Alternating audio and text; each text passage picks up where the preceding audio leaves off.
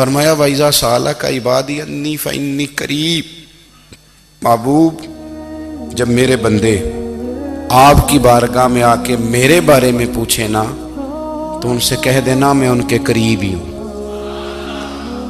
قریب ہی ہوں۔ دلیل کیا ہے؟ یہ جب بھی مجھ سے دعا مانگیں گے میں ان کی دعاؤں کو قبول فرماؤں گا، میں ان کے قریب ہوں، میں ان کے قریب ہوں۔ یہ جب بھی دعا مانگیں گے نا میں قبول کروں گا، میں ان کے قریب ہوں۔ اللہ تبارک و تعالیٰ کے بندے اللہ سے محبت کرتے، رب کی بارگاہ میں جھکتے، اس کو اپنے دکھ سناتے، اس کے پیارے محبوب صلی اللہ تعالیٰ علیہ وسلم کا وسیلہ لے کے اس کے حضور حاضر ہو جاتے، پیشانیاں سجدوں سے روشن ہوتی۔ ہم نا ہر چیز کے لیے وقت نکالتے ہیں، ہر چیز کے لیے، لیکن عبادت کے لیے وقت نہیں نکالتے۔ ہر شے آباد ہے، ہر شے، ہماری فیس بک بھی آباد ہے، واٹس ایپ بھی آباد ہے، ہمارے ٹویٹر بھی آباد ہیں، ہماری ہر چیز آباد ہے۔ سب سے کم آباد ہمارا مصلی رہ گیا ہے، سب سے کم۔ وہ لوگ اب ڈھونڈنے سے ملتے ہیں جن کی بغل میں مصلی ہوتا تھا۔ میرے بھائی آپ کتنا کو دنیا کے پیچھے بھاگو گے تھکا دے گی، کتنا دولت کے پیچھے بھاگو گے تھکا دے گی۔ آپ جب اپنی زندگی میں جمع تفریق کرو گے نا تو مرتے وقت احساس ہوگا کہ سارا کچھ تو لوگوں کے لیے کیا، اپنے لیے تو کر ہی کچھ نہیں سکے۔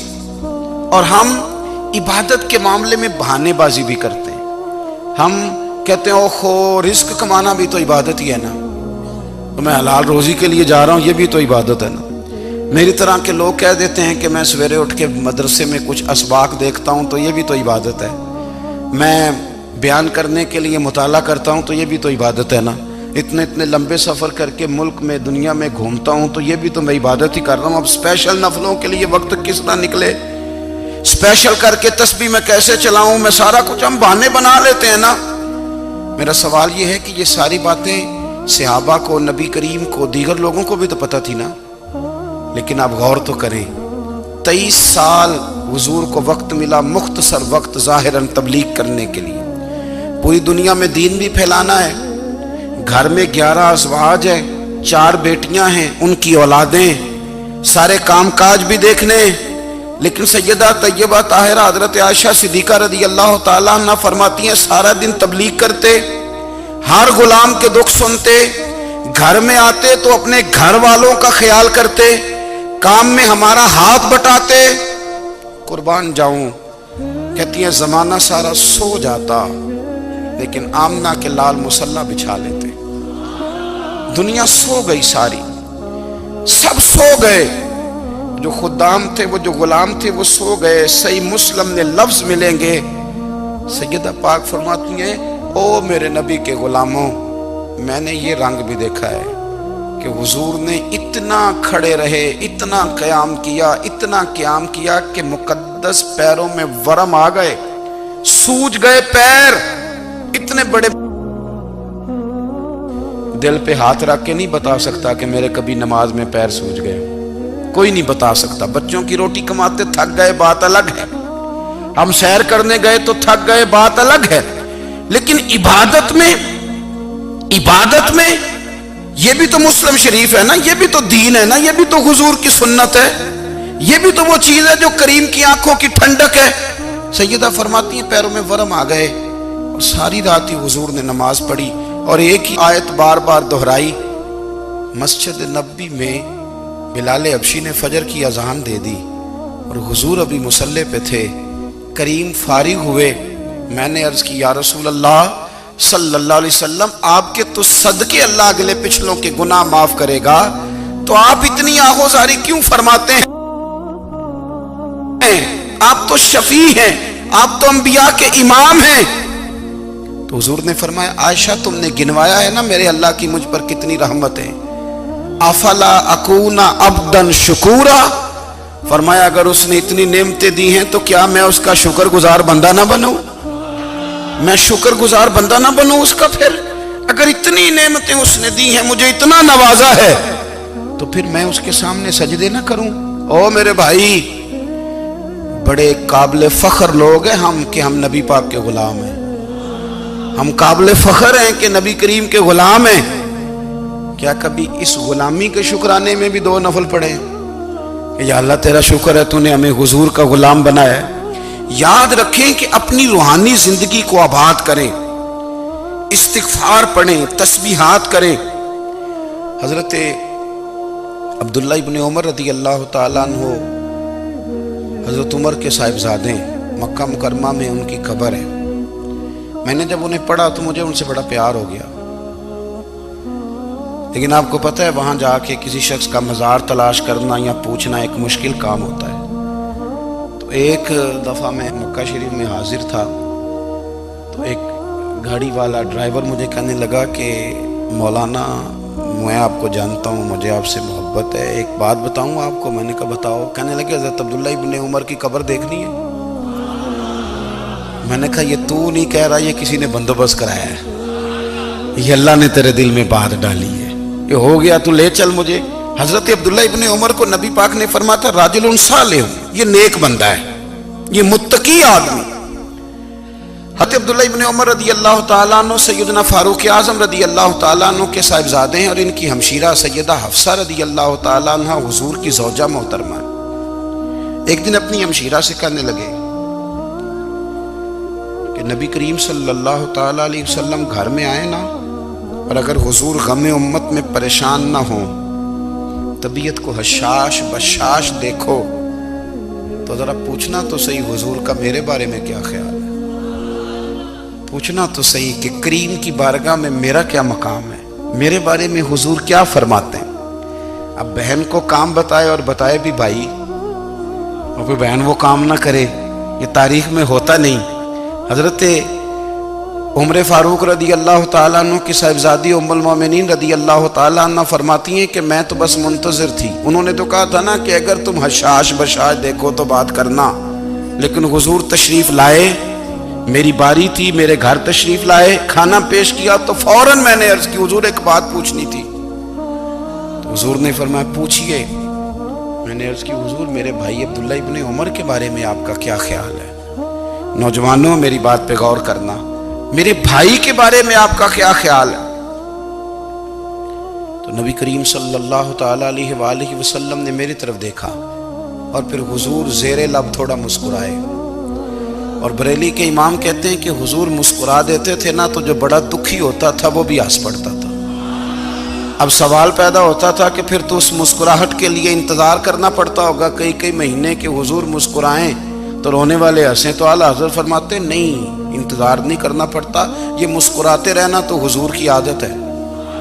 جس کی تسکین سے روتے ہوئے ہنس پڑے، اس تبسم کی عادت پہ لاکھوں سلام۔ یعنی یہ تو عادت ہے حضور کی مسکراتے رہنا، اس کے لیے انتظار نہیں کرنا پڑتا۔ بھائیو آپ خیال رکھیں گے، غور کریں گے، حضرت عبداللہ ابن عمر رضی اللہ تعالیٰ عنہ کے بارے میں پوچھا تو سیدہ فرماتی ہیں کہ نبی کریم صلی اللہ تعالیٰ علیہ وسلم نہ زیر لب مسکرائے اور فرمایا حفصہ تیرا بھائی ہے تو اچھا، لیکن میں نے سنا ہے کہ عشاء کی نماز پڑھتا ہے تو فجر تک سویا ہی رہتا ہے۔ او نوجوانوں، 10 بجے تک سونے کی بات نہیں ہوئی، 9 بجے تک سونے کی بات نہیں ہوئی، 11 بجے اٹھنے کی بات نہیں۔ حضور فرمانے لگے میں نے سنا ہے کہ عشاء کی نماز پڑھ کے سو جاتا ہے اور فجر تک سویا ہی رہتا ہے، اسے چاہیے کہ تہجد کے وقت اٹھا کرے، اللہ کی بارگاہ میں حاضر ہوا کرے، آہوزاری کرے، سجدے کرے، عبادت کرے، اٹھتا ہے اور فجر میں جا کے اٹھتا ہے۔ حضرت جناب حفصہ رضی اللہ تعالیٰ عنہ کہتی ہے میں نے جناب عبداللہ ابن عمر کو پیغام دیا اور میں نے کہا میرے جوان بھائی سن، نبی پاک نے فرمایا ہے تو اچھا پر تہجد میں نہیں اٹھتا، نفل نہیں پڑھتا۔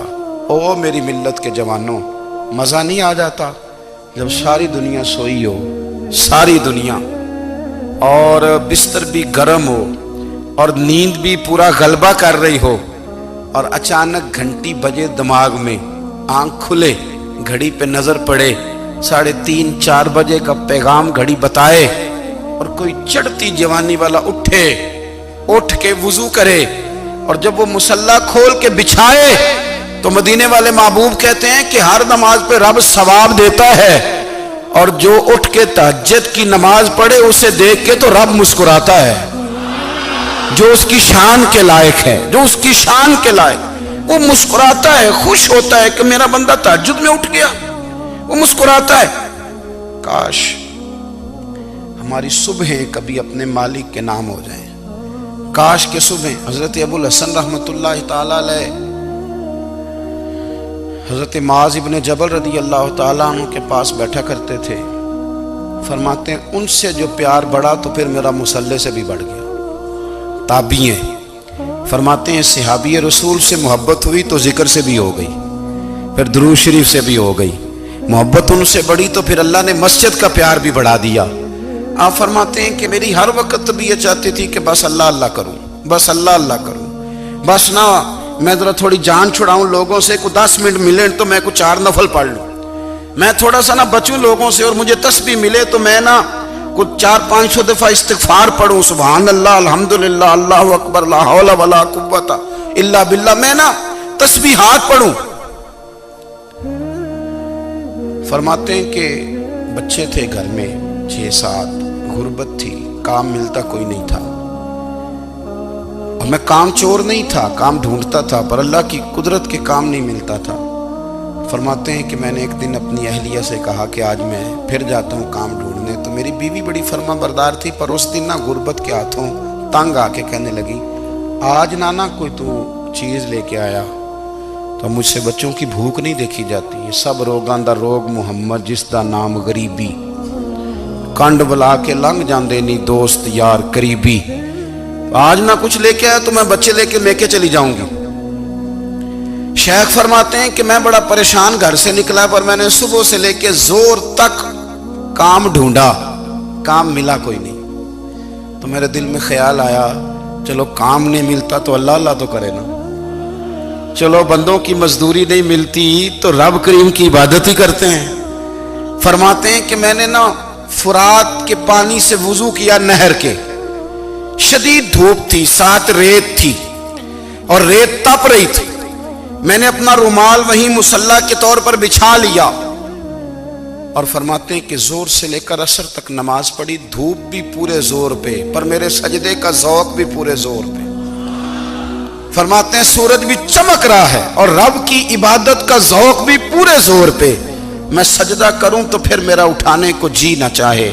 میرے استاد لکھا کرتے تھے، یہ ان کا شعر ہے، وہ کہا کرتے تھے مجھے سوز دے، مجھے ساز دے، اور مجھے نیم شب کا نیاز دے، دم سجدہ خود کو میں توڑ دوں، مجھے ایسا ذوق نماز دے، اور میں تیری بہار کا پھول ہوں، میں کھلا بھی ہوں تو تیرے لیے، مجھے میری شاخ سے توڑ لے، مجھے اپنی زلف کا ناز دے۔ بھائی فرماتے ہیں کہ عصر تک میں نے نفل پڑھے، دل ڈھلنے لگا، عصر کی نماز پڑھی اور میں وہاں سے چلا۔ اب میں جب نکلنے لگا تو دل میں خیال آیا کہ چھوٹی چھوٹی دیواریں ہیں گھر کی، بغیر کچھ لیے جاؤں گا تو بیوی دور سے دیکھے گی تو شور کرے گی کہ پھر خالی ہاتھ آ گیا ہے۔ کہتے میں نے اپنے اسی رومال میں جس پہ میں نے نماز پڑھی تھی نا، رومال میں کی آخی دے پنجابی جو صافہ کہتے ہیں، اسی میں نا میں نے کچھ ریت بھر لی کہ وہ دور سے دیکھے گی تو سمجھے گی کچھ لے کے آیا ہے، چلو جا کے اسے بتا دوں گا کہ آج پھر مزدوری نہیں ملی۔ کہتے ہیں وہ ریت لے کر جب میں گھر میں گیا تو پہلے بیوی دروازے پہ کھڑی ہوتی تھی، پوچھتی تھی خالی ہاتھ آ گئے ہو؟ آج میں نے دیکھا تو ہے ہی کوئی نہیں۔ فرماتے ہیں میں اندر داخل ہوا، سلام لیے، کونے میں میں نے وہ رومال رکھ دیا اور میں نے آواز دی کہ بھلی مانس کہاں ہو؟ تو وہ کہنے لگی آپ منہ ہاتھ دھو لیں، میں روٹی لے کے آئی۔ میں نے کہا روٹی کہاں سے آ گئی؟ یہاں تو کئی دنوں کے فاقے، تو کئی دنوں کی غربت ہے، یہاں تو اس گھر میں تو فقیری ہے۔ فرماتے ہیں کہ وہ روٹی لے کے آئی اور اس وقت کی جو موجودہ نعمتیں تھیں، سمجھ لیں سلاد، اچار، ہر چیز ساتھ لائی۔ میں نے کہا کہ بچے کہاں گئے؟ کہنے لگی وہ کھانا کھا کے کھیلنے گئے، آپ کھانا کھا لیں آ جاتے۔ کھانا اس نے چن دیا۔ میں نے حیرت انگیز لہجے میں ساری نعمتیں اپنے دسترخوان پہ دیکھ کر کے بیوی سے پوچھا یہ کہاں سے آیا کھانا؟ بچوں کو تو نے کہاں سے کھانا کھلایا؟ یہ سارا کچھ کیسا ہے؟ کہنے لگی پتہ نہیں آج آپ کس کریم کی مزدوری کرنے چلے گئے تھے، پتہ نہیں کس کریم کی، میرے گھر میں تو اتنی نعمتیں آئی ہیں کہ مجھ سے سنبھالی نہیں جا رہی، اتنا اناج ہے، اتنا گندم ہے، کس کریم کے دروازے آج چلے گئے تھے۔ یہ کہتے کہتے وہ اٹھی اور اٹھ کر کے کہنے لگی پہلے بڑا کچھ آیا تھا، اب کیا لے آئے ہو؟ اور جا کر کے نا اس نے وہ ریت والا رومال کھولا، کہنے لگے میں تو لے کے آیا تھا ریت، تو میرے رب نے اسے بھی سونے اور ہیرے بنا دیا تھا۔ جب آپ کی توجہ اللہ کی جانب، میرے نبی پاک صلی اللہ تعالی علیہ وسلم نے فرمایا ہر چیز اپنے رب سے مانگ، ہر چیز مانگ، ہر چیز مانگ۔ یا رسول اللہ کیا کچھ؟ میرے محبوب نے فرمایا تیرے گھر میں نمک بھی ختم ہو جائے تو وہ بھی اپنے رب سے مانگا کر، تو مانگنا وہ تجھے دے گا، تو اس کی بارگاہ میں کشکول طلب دراز تو کرنا۔